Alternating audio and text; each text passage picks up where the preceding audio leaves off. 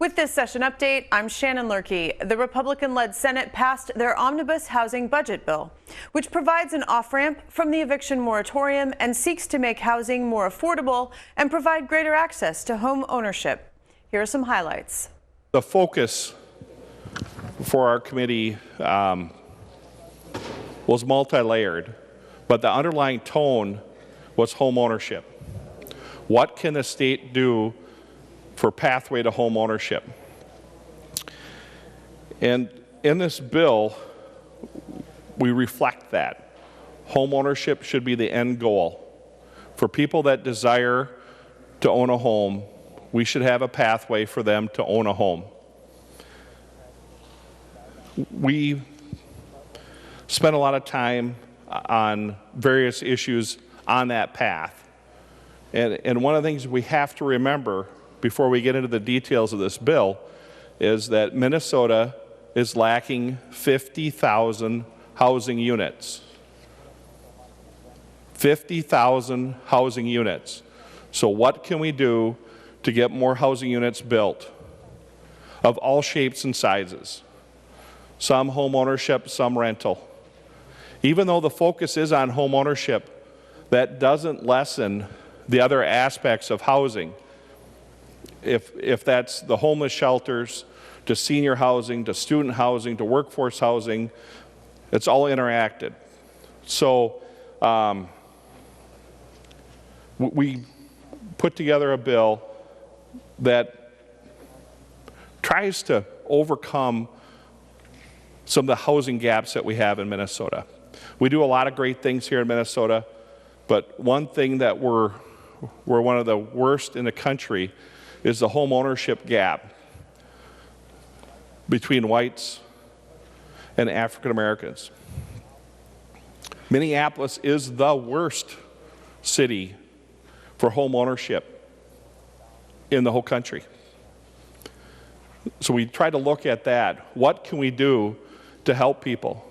2/3 of all projects that meet the requirements for funding under the agency don't happen because there's not enough funding.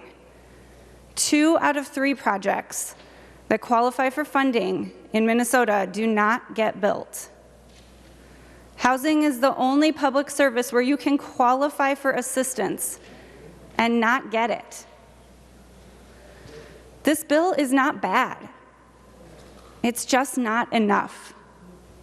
As Chair Draheim said, we need more than 50,000 new housing units built.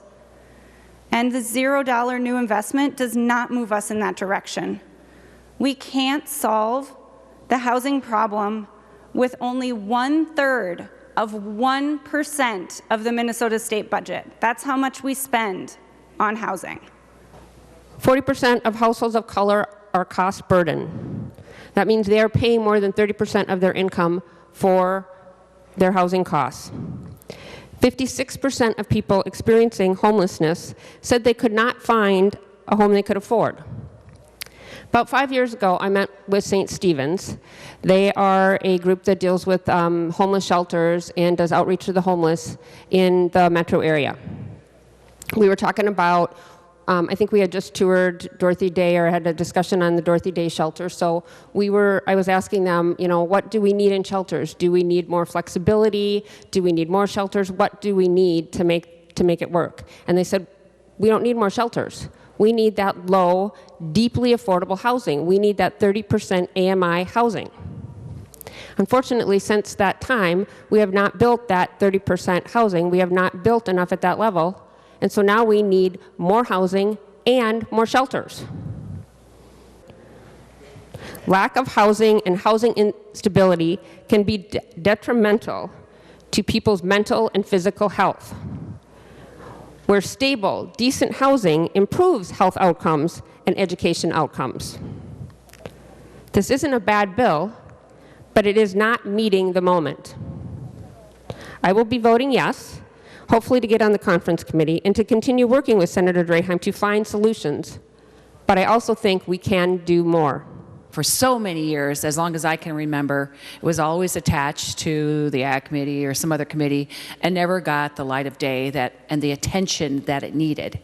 And Senator Dziedzic, you were smart enough to put Senator Draheim as the chair of this committee, and that was a very good move because he is passionate about this issue, along with the many members in this chamber. And Senator Dziedzic, thank you for your work on this also. You have been just a very good partner with Senator Draheim, and it's greatly appreciated. I, too, have learned a tremendous amount in this committee, and it's almost humbling. And the one thing I have learned from Senator Draheim is that housing is the great equalizer, along with a good education and broadband. But there's many things that we should be very grateful about with this bill. Instead of saying that the glass is half empty, the glass is half full. There's a lot to be very proud of in this bill. If we really want to help people all across the state, we need to have a pathway to home ownership. And when we have that pathway to home ownership, there are great outcomes that happen. It is proven. There are statistics that show that our kids will do better. Mental health, health care, education all increases with home ownership. So it's building a community.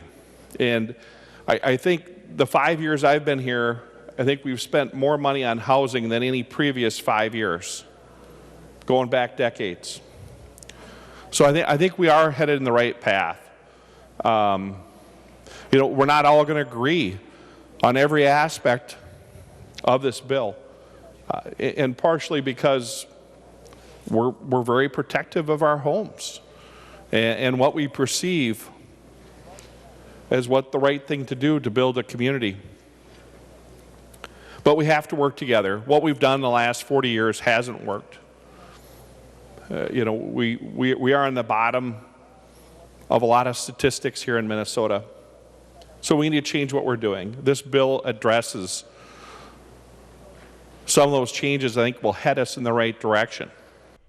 To continue following these issues and more, watch legislative coverage Monday through Friday on the PBS Minnesota channel or visit our website, www.senate.mn/media.